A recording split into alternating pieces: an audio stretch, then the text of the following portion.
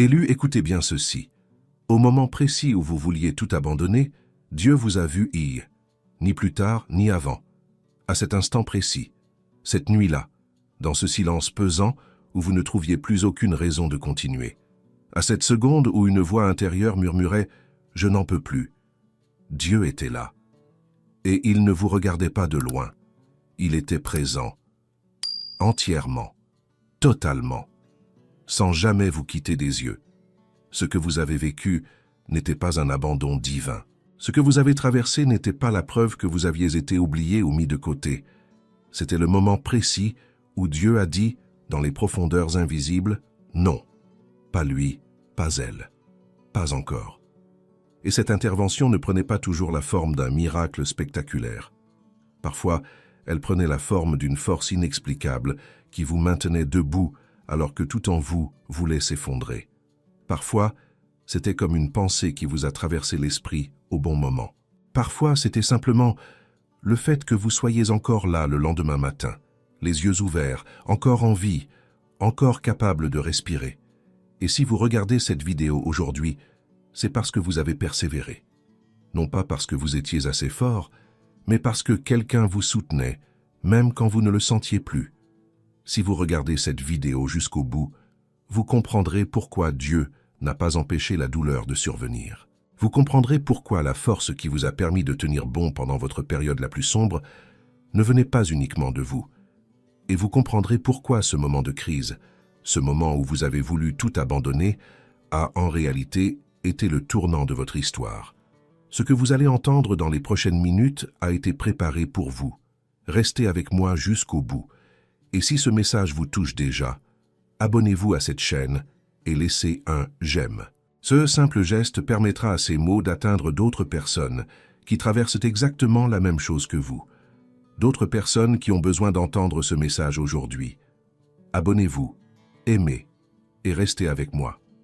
Mais avant de poursuivre, je dois vous dire quelque chose qui complète tout ce que vous venez d'entendre. Si Dieu vous a vu cette nuit-là et vous a permis de tenir debout, vous êtes-vous déjà demandé pourquoi l'attaque était si intense?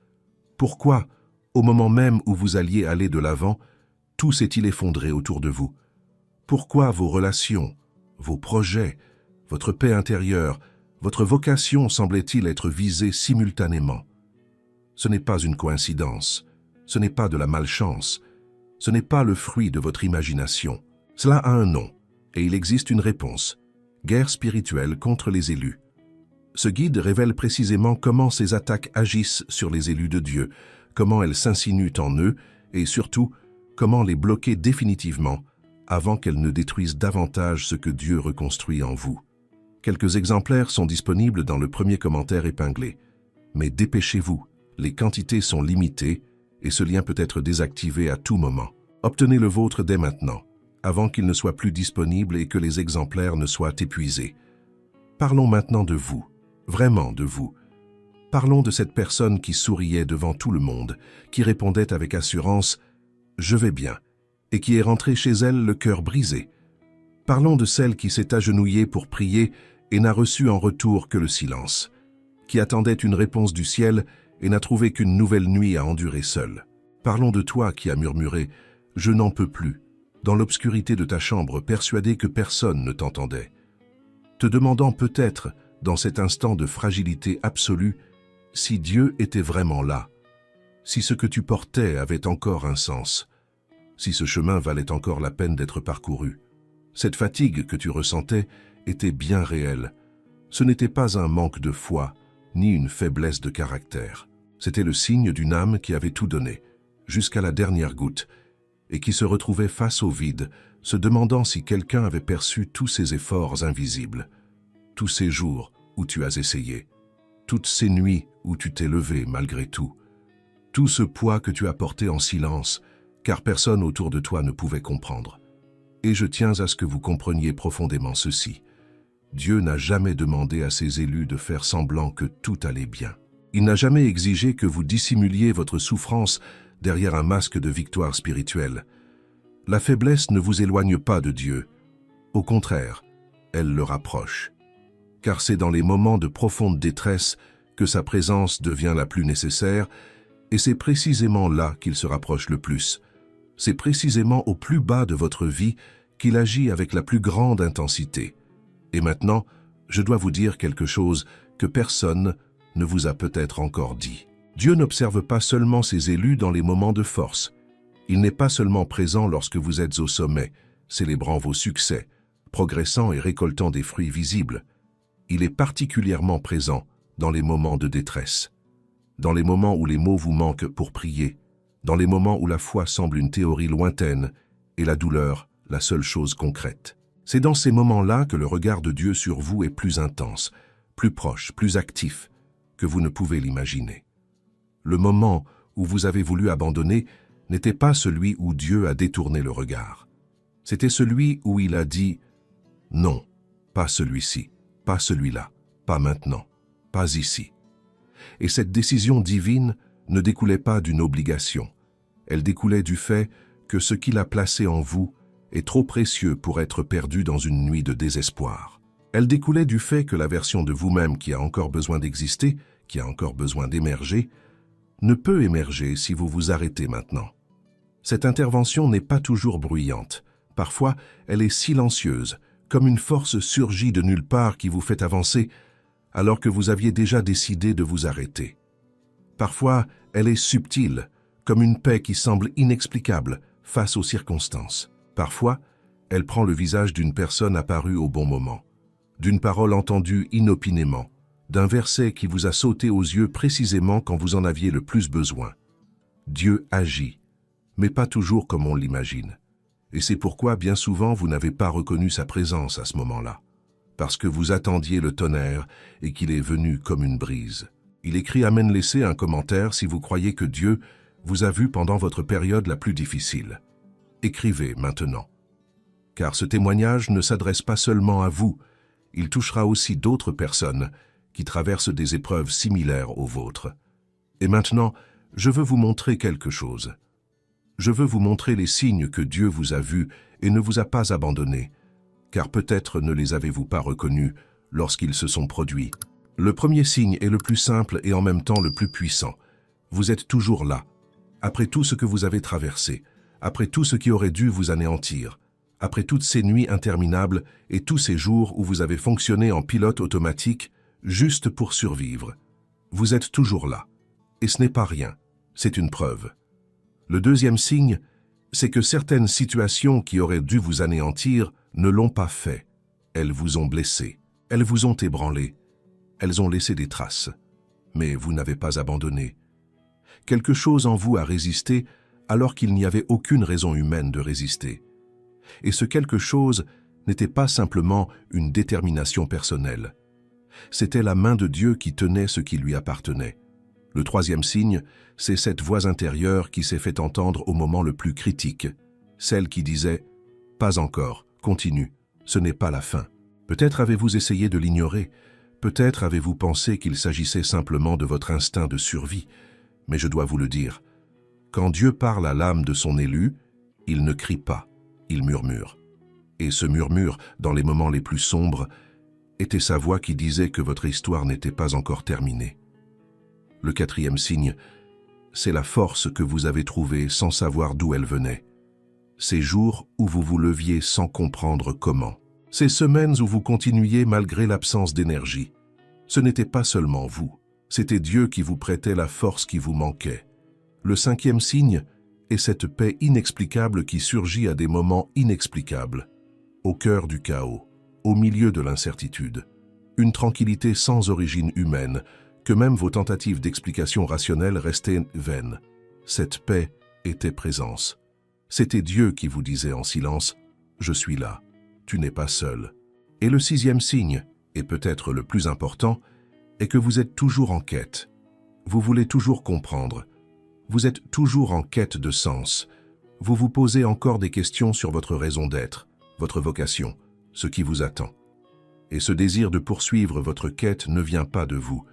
C'est Dieu qui vous fait avancer. C'est lui qui vous empêche de vous laisser aller à la souffrance et qui vous guide doucement vers l'avenir. Il faut que j'aborde un point important avec toi. Car le plus dur, quand on a envie d'abandonner, ce n'est pas la douleur elle-même. La douleur est bien réelle, mais elle est supportable quand quelqu'un la voit. Le plus dur, ce qui fait vraiment mal, c'est le sentiment que personne n'a vu tous tes efforts, que personne n'a remarqué tous tes efforts, que personne n'était là pour être témoin de ces moments où tu as tout donné et où, malgré tout, ce n'était pas suffisant aux yeux de ton entourage. Tu as essayé, tu as donné, tu as investi, tu as prié, tu as attendu. Tu as cru alors qu'il n'y avait rien de visible en quoi croire. Et pourtant, un moment est venu où tu as regardé autour de toi et tu t'es demandé « Est-ce que quelqu'un voit ça? Est-ce que quelqu'un enregistre ce que je vis? Est-ce que tout cela a une quelconque valeur pour quelqu'un d'autre que moi ?» Et la réponse est oui. Dieu a vu chacun de vos efforts. Chaque larme que vous avez retenue devant les autres et laissée couler en secret lorsque les lumières se sont éteintes. Chaque prière silencieuse, murmurée sans mots, faute de ressources. Chaque matin où vous vous êtes levé à contre-cœur, mais malgré tout. Chaque fois que vous avez choisi de continuer même sans comprendre pourquoi. Dieu a tout enregistré. Et il n'est pas resté indifférent. Il n'a pas observé de loin, comme un spectateur neutre de votre histoire. Il a été touché. Il a agi. Et la preuve en est que vous êtes encore là. Et je veux que tu comprennes le poids de ce que tu aurais perdu si tu avais tout abandonné dès que tu y as pensé. Tu n'aurais pas seulement perdu une opportunité, un projet ou une étape. Tu aurais perdu la version de toi-même qui ne peut naître qu'après avoir traversé une telle épreuve. Une version de toi est en train de se former, plus solide, plus profonde, plus authentique, plus préparée, et cette version n'existe que parce que tu n'as pas abandonné. Dieu le savait. Et c'est pourquoi il ne t'a pas laissé tomber. Il écrit 777 dans les commentaires. Dites-nous comment Dieu vous a protégé lorsque vous vouliez abandonner. Écrivez maintenant. Que ce chiffre soit votre témoignage de la présence divine dans votre histoire. Et puisqu'on y est, n'hésitez pas à liker cette vidéo et à partager vos impressions en commentaire. Si vous avez pu lire ces mots aujourd'hui, c'est grâce aux interactions, au partage et aux contributions d'autres personnes. Faites de même. Un like, un commentaire.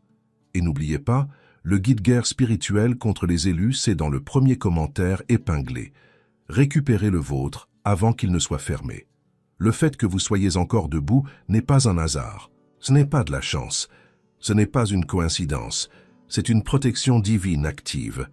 C'est Dieu qui œuvre en coulisses, d'une manière que vous commencez à peine à comprendre. Et cette protection n'est pas gratuite. Elle a un prix. Elle implique une responsabilité. La responsabilité de continuer, d'aller de l'avant, de ne pas retomber dans ce dont Dieu vous a sorti par cette crise. Car il y a une chose qui doit être très claire. La prochaine étape de votre histoire est inaccessible à la personne que vous étiez avant cette crise. Le chemin que vous avez parcouru, cette période d'épuisement, de silence, de quasi-abandon, n'était pas un détour. C'était le chemin lui-même. C'était le processus de formation de la personne que requiert la prochaine étape. Et cette personne n'a pu voir le jour que parce que vous avez traversé l'épreuve sans vous laisser consumer. Dieu ne vous a pas maintenu debout pendant cette tempête pour que vous retourniez au même point ensuite. Il vous a maintenu debout pour que vous puissiez avancer vers un lieu que la tempête a rendu possible, un lieu qui n'existe que parce que vous y avez été forgé, un lieu qui ne peut être habité que par ceux qui ont traversé ce que vous avez traversé. Et maintenant, je dois vous donner quelques instructions. Ce ne sont pas des règles religieuses ni des obligations spirituelles. Ce sont des lignes directrices pour celles et ceux qui sont en pleine reconstruction, qui sortent d'une crise et entrent dans une nouvelle phase, qui sont restaurés par Dieu et qui ont besoin de protéger ce processus. La première consigne est la suivante. Ne dévoilez pas tout ce qui se reconstruit dans votre vie. Il est naturel de vouloir montrer que vous avez survécu, de crier au monde entier que vous êtes toujours là. Je comprends ce désir. Mais ce qui se restaure en vous est encore fragile, encore en construction. Et certaines choses meurent lorsqu'elles sont exposées trop tôt. Protégez ce que Dieu bâtit. Laissez-le se former en silence avant de le montrer au monde. La deuxième consigne est la suivante. N'expliquez pas votre parcours à ceux qui ne l'ont pas vécu. Certains voudront comprendre ce que vous avez traversé. Ils poseront des questions. Ils exigeront une explication rationnelle. Mais tous les parcours n'ont pas besoin d'explication. Toutes les crises n'ont pas besoin d'être traduites en mots compréhensibles par autrui. Certaines expériences relèvent de la relation entre vous et Dieu, et elles sont sacrées précisément parce qu'elles le restent. Voici la troisième instruction. Ne cherchez pas la validation de ceux qui n'ont pas vu ce que vous avez traversé. Il y a des gens autour de vous qui ignorent le poids que vous avez porté, qui n'ont pas vu les moments où vous avez failli sombrer. Et ces personnes ne sont pas en mesure de valider ce que vous reconstruisez, car elles n'ont aucun point de repère pour comprendre ce qui a été détruit. Vous n'avez pas besoin de leur approbation pour aller de l'avant. Dieu a vu, et sa confirmation vaut bien plus que les applaudissements de quiconque n'était pas présent lors de votre épreuve la plus sombre. La quatrième instruction est la suivante. Ne retournez pas dans les environnements dont Dieu vous a éloigné par cette crise. Parfois, la crise est l'instrument dont Dieu se sert pour vous faire évoluer, pour vous éloigner des lieux, des relations et des dynamiques qui vous freinaient, même si vous ne vous en rendiez pas compte sur le moment. Et après la douleur, on a souvent tendance à vouloir retourner à ce qui nous est familier, à ce que l'on connaît, au confort. Même si ce confort était précisément ce qui nous détruisait. N'y retournez pas. Ce que Dieu a fermé, il l'a fermé pour une raison. La cinquième instruction est la suivante. Priez plus que vous n'analysez. Lors de la reconstruction, il y a une phase où l'esprit cherche à tout comprendre avant d'aller de l'avant. Il veut cartographier chaque détail, chaque raison, chaque leçon tirée des événements. Et il y a un temps pour la réflexion. Mais il y a aussi un temps où l'analyse devient un obstacle déguisé en sagesse. Quand vous ne savez plus quoi faire, n'analysez pas. Priez. Confiez à Dieu ce qui vous paraît incompréhensible et laissez-le mettre de l'ordre dans ce que vous ne pouvez pas faire vous-même. Voici la sixième instruction. Préparez-vous en secret à ce qui vous attend en public. Ce que Dieu construit en vous ne restera pas caché éternellement. Viendra un moment où ce qui a été façonné dans le silence sera révélé à la lumière, et l'intensité de ce que vous porterez en public dépendra directement de la profondeur de ce que vous aurez cultivé en secret. Profitez de ce temps de reconstruction pour approfondir votre cheminement spirituel, pour prier davantage, pour étudier davantage, pour grandir davantage. Car lorsque l'occasion se présentera, vous devrez être prêt. Il écrit 330 trous, écrivez ce nombre en commentaire pour recevoir la force de poursuivre votre mission. Écrivez-le comme une déclaration. Vous croyez encore, vous tenez bon, vous irez de l'avant. Et maintenant, je dois vous révéler quelque chose de prophétique, quelque chose que je souhaite que vous gardiez précieusement dans votre cœur et que vous relisiez lorsque le doute tentera de s'insinuer à nouveau. Ce que tu aurais perdu en abandonnant à cet instant précis te semblait plus grand que la douleur ressentie, plus grand que l'épuisement, plus grand que le silence, plus grand que le sentiment que rien n'avait de sens. Ce qui t'attendait au bout de cette nuit de crise était plus grand que tout ce que tu pouvais imaginer. Et Dieu le savait. C'est pourquoi il ne t'a pas laissé partir. Et ce qu'il vous prépare, ce qui se construit de l'autre côté de ce passage, sera clair. Ce sera solide, ce sera visible, et ce sera indéniable. Il n'y aura plus de place pour le doute quand cela se produira. Nul besoin de convaincre qui que ce soit, car ce que Dieu confirme, il le confirme d'une manière qui se passe de toute explication. Et ceux qui vous ont vu épuisés sans percevoir la mission que vous portiez, ceux qui vous ont sous-estimé, parce que vous étiez silencieux, parce que vous étiez en pleine transformation, parce que vous ne faisiez pas de bruit, la verront. Non pas pour prouver quoi que ce soit, mais parce que lorsque Dieu se révèle, il se révèle d'une manière impossible à ignorer, car il œuvrait sans cesse, même dans le silence, même dans la douleur, même dans ce moment de crise où tout semblait s'être arrêté. Il n'a jamais cessé.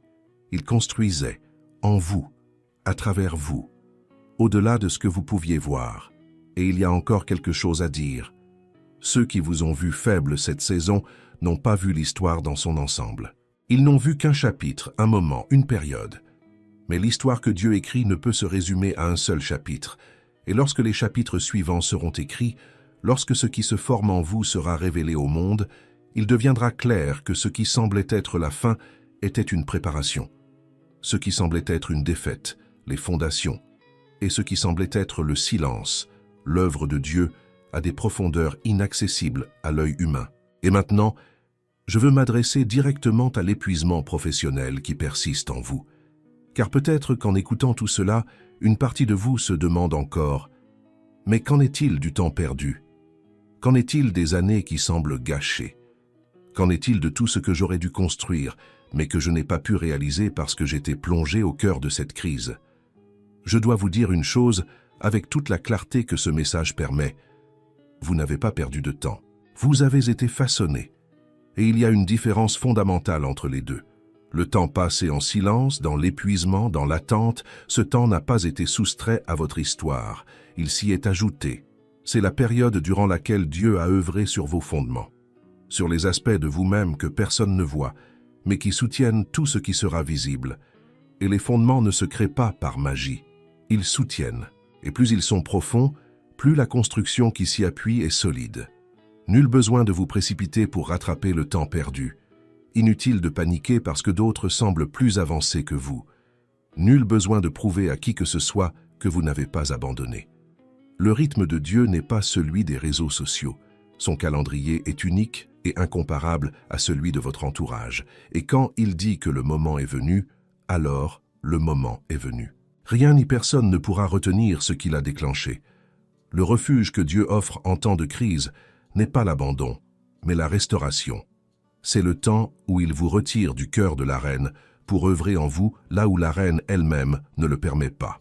Et lorsque ce processus est achevé, lorsque ce qui était brisé est restauré, lorsque ce qui était tordu est redressé, lorsque ce qui était réduit au silence est prêt à parler, vous avancerez avec une solidité qui ne peut venir que de ceux qui ont traversé l'épreuve sans être consumés, avec une stabilité inébranlable, car bâtie sur ce qui a été éprouvé, avec une autorité spirituelle inexplicable, mais ressentie, car elle découle d'une intimité avec Dieu que seul le cheminement engendre.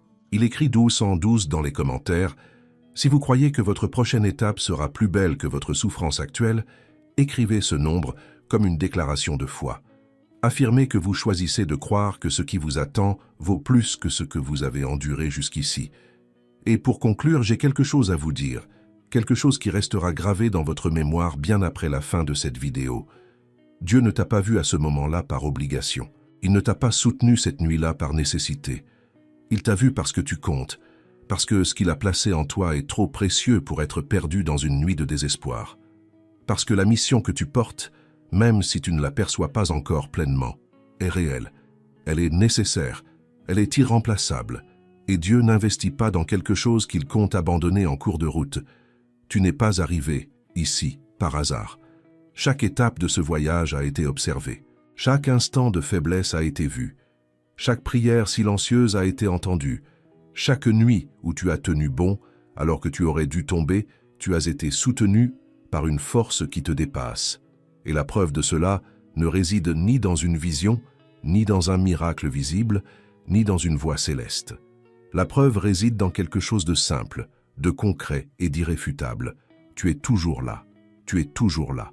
Et cela suffit à prouver que Dieu a toujours été avec toi. Et maintenant, avant de conclure, je voudrais prier avec vous. Père, je te remercie pour chaque âme élue qui écoute ce message. Je te remercie car tu connais le parcours de chacune d'elles. Tu connais les nuits qu'elles n'ont confiées à personne. Tu connais les larmes étouffées. Tu connais les moments où elles ont voulu abandonner et ont choisi de continuer, ou ont été soutenues par toi lorsqu'elles n'avaient plus la force de choisir. Seigneur, renouvelle la force de chacun de ceux que tu as choisis et qui écoutent cette prière. Répare ce qui a été brisé. Reconstruis ce qui a été ébranlé par le chemin. Apaise les blessures intérieures, celles qui paraissaient parfaites, mais qui souffraient en silence. Touche maintenant chaque plaie encore ouverte. Donne-leur le discernement nécessaire pour les prochaines étapes, la clarté pour reconnaître ce que tu ouvres et le courage de lâcher prise sur ce que tu as déjà fermé. Donne-leur la patience d'avancer à leur propre rythme, la grâce de ne pas se comparer aux autres, de ne pas se précipiter, de croire que ton temps est parfait, même lorsqu'il semble long. Protège ce qui se reconstruit en chacun d'eux, qu'aucune parole, aucune personne, aucune attaque spirituelle ne puisse atteindre ce que tu façonnes en secret. Que le processus de restauration soit complet, profond et durable. Et Seigneur, confirme-leur, en temps voulu, que leur résistance en valait la peine. Que chaque jour qu'ils ont choisi de persévérer, était un jour investi dans le dessein que tu as établi avant même leur naissance, qu'en y repensant, ils verront ta main dans chaque détail, même dans les plus douloureux, même dans ceux qui leur semblaient insensés. Même cette nuit où ils ont voulu abandonner et où tu as dit « Non, pas encore, continuez, au nom de Jésus. Amen ». Si ce message vous a profondément touché, n'hésitez pas à liker et à exprimer vos sentiments en commentaire. Un mot, une phrase ou simplement un « Amen » suffisent. Laissez votre empreinte car d'autres personnes, elles aussi, verront cette vidéo et votre témoignage renforcera leur foi. Et n'oubliez pas, le guide guerre spirituelle contre les élus, c'est dans le premier commentaire épinglé. Saisissez-le avant qu'il ne disparaisse, car comprendre les attaques qui s'abattent sur le peuple élu de Dieu fait partie de votre préparation à ce qui va suivre. Regardez maintenant la vidéo qui apparaît à l'écran. Elle a été spécialement conçue pour vous, afin de poursuivre cette discussion et de vous permettre de mieux comprendre ce que Dieu accomplit dans votre vie en ce moment. Cliquez, regardez et continuez. Dieu t'a vu, Dieu t'a soutenu et Dieu n'a pas encore fini avec toi.